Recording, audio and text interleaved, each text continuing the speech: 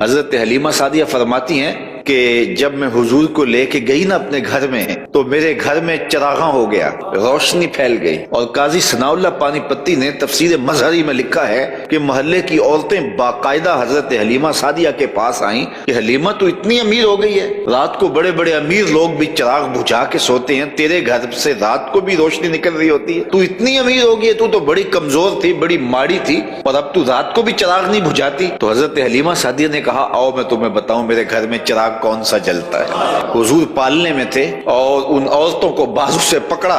اور حلیمہ سعدیہ حضور علیہ السلام کے پاس لے کر آئیں، اور حضور کو پالنے میں تھے تو حضور کے پاس کھڑے ہو کر کہا ما کننا نحتاج الی السراج من یوم اخذنا ہو، جب سے یہ پیارا ہمارے گھر میں آیا ہے ہم نے سارے دیے توڑ دیے ہوئے ہیں، نہ دیے کی ضرورت نہ مشعل کی حاجت، عجب روشنی تو نے پائی حلیمہ۔